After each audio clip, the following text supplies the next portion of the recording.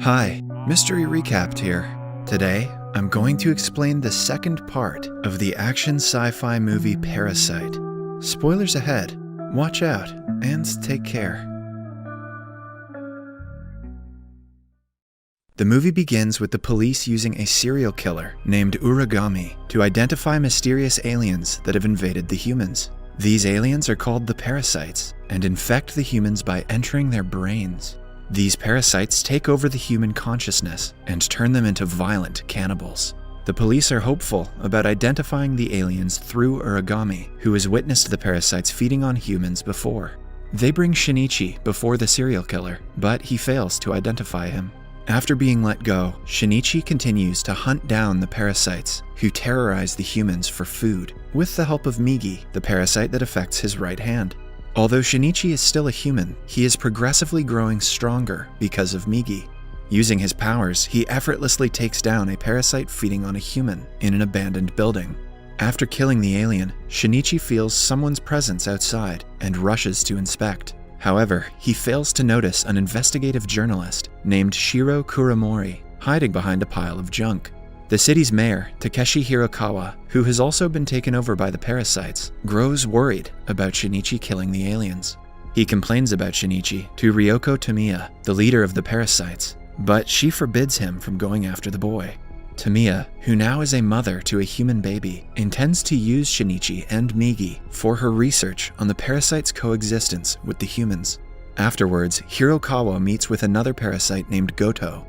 Goto is an extremely powerful parasite, as his body is made up of 5 different parasites. Goto advises Hirokawa to kill Shinichi. It is then revealed that Kuramori was hired by Tamiya to spy on Shinichi. He hands her the evidence he has collected so far and suggests they should give it to the police. However, Tamiya advises him against it, saying they need more information on the boy. Kuramori, who is a single father of a girl named Yumi, has grown close to Tamiya over time. He relates to Tamiya, who is also a single parent, and agrees to continue to gather more information on Shinichi. Shinichi eventually catches Kuramori following him, red-handed with a camera, and confronts him. Migi asks Shinichi to kill the reporter, but he refuses to kill a human. After learning that Tamiya had hired him to spy on them, Migi tells the reporter that she is a parasite herself, and much more dangerous than other parasites. Shinichi and Migi tell Kuramori that he is playing with fire and advise him to stay away from Tamiya and keep a low profile. Kuramori is in utter disbelief, but decides to continue his investigation. He goes on to interview the mayor, Hirokawa, about the parasites. Afraid of being exposed, Hirokawa orders his men to kill the reporter after the interview. Meanwhile, Migi senses the presence of 5 parasites nearby while returning home from school. Migi advises Shinichi to run away. However, they are eventually caught, and to their astonishment, they learn that they are faced with a man that has 5 monsters in his body. A cat and mouse chase follows. After reading the man's brainwaves, Migi advises Shinichi to kill the original monster using his speed. Shinichi then swings by a tree and beheads the monster.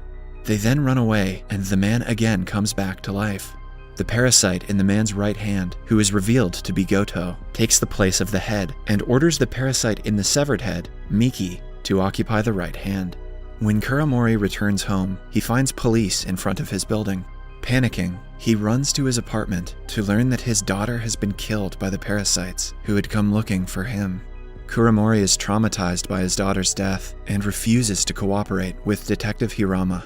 Meanwhile, Tamiya is furious to learn that the parasites tried to kill Shinichi and Kuramori. She expresses regret over the senseless killing of Kuramori's daughter. She fears that senselessly killing humans could give rise to an uprising strong enough to exterminate all parasites. She then threatens to kill Hirokawa and the other parasites herself if they again try to undermine her authority.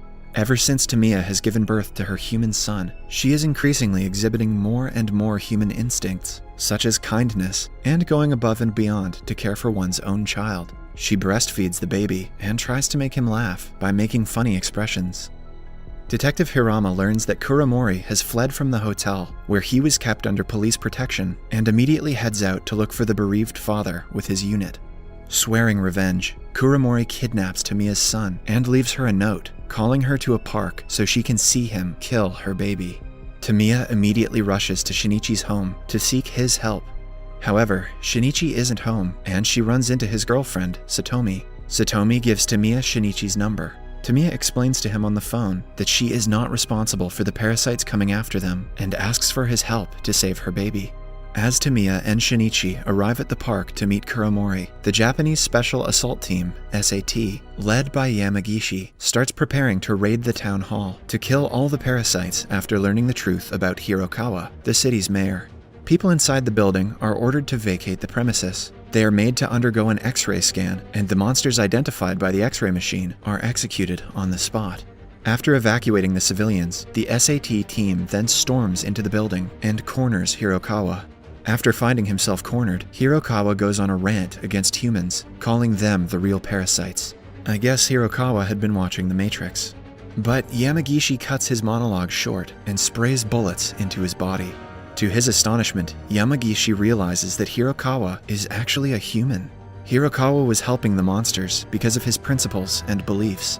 Just as the armed men begin to wrap their heads around the revelation, the last remaining parasite, Goto, shows up. The SAT team bombards the monster with bullets, and he blocks them without much effort.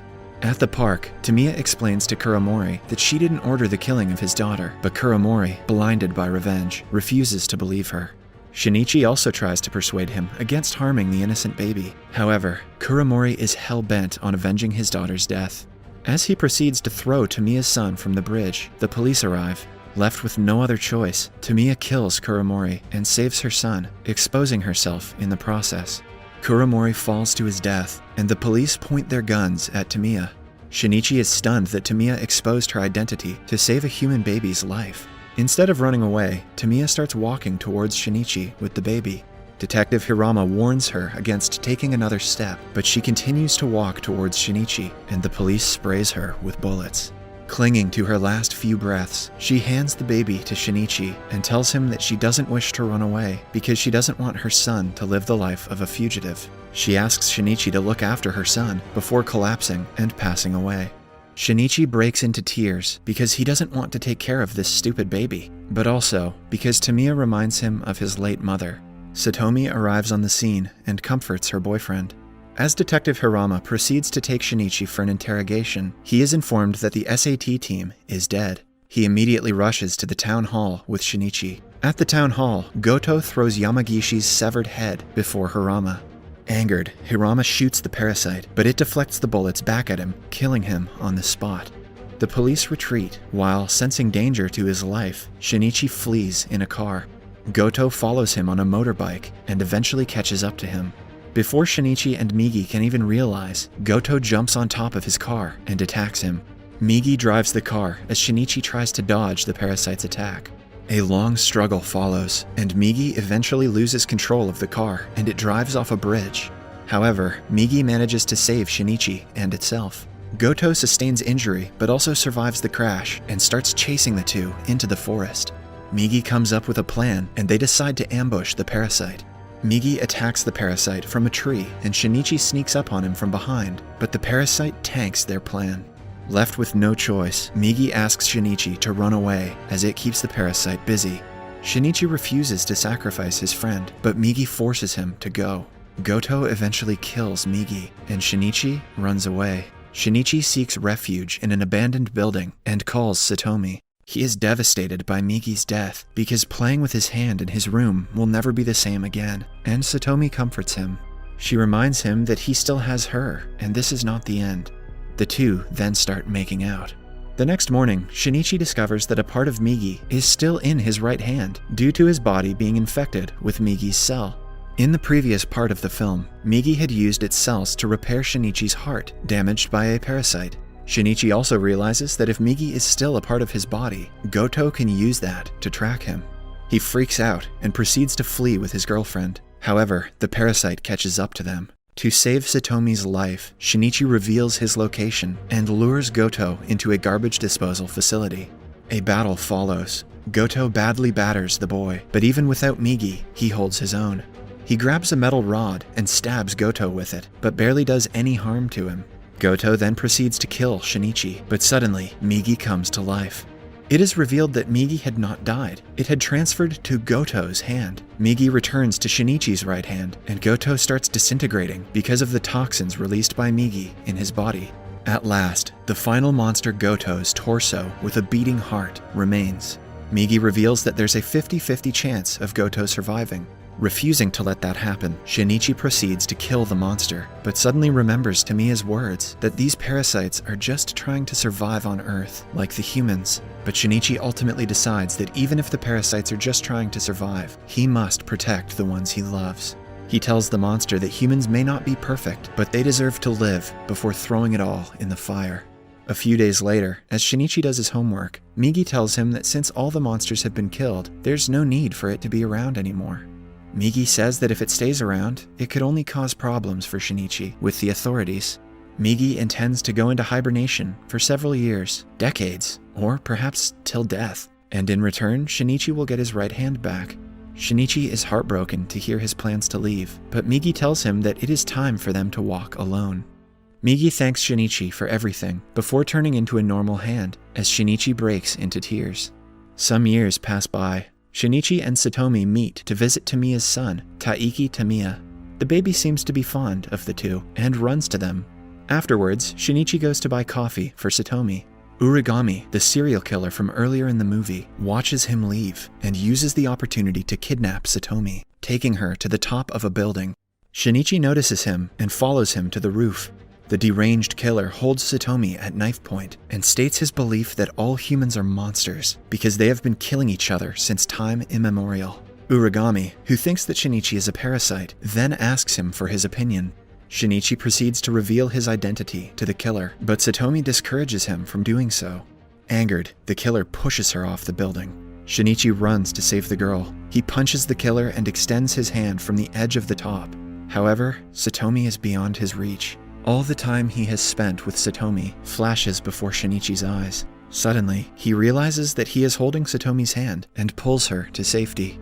As they breathe a sigh of relief, Shinichi figures out that Migi momentarily woke up to help him save Satomi.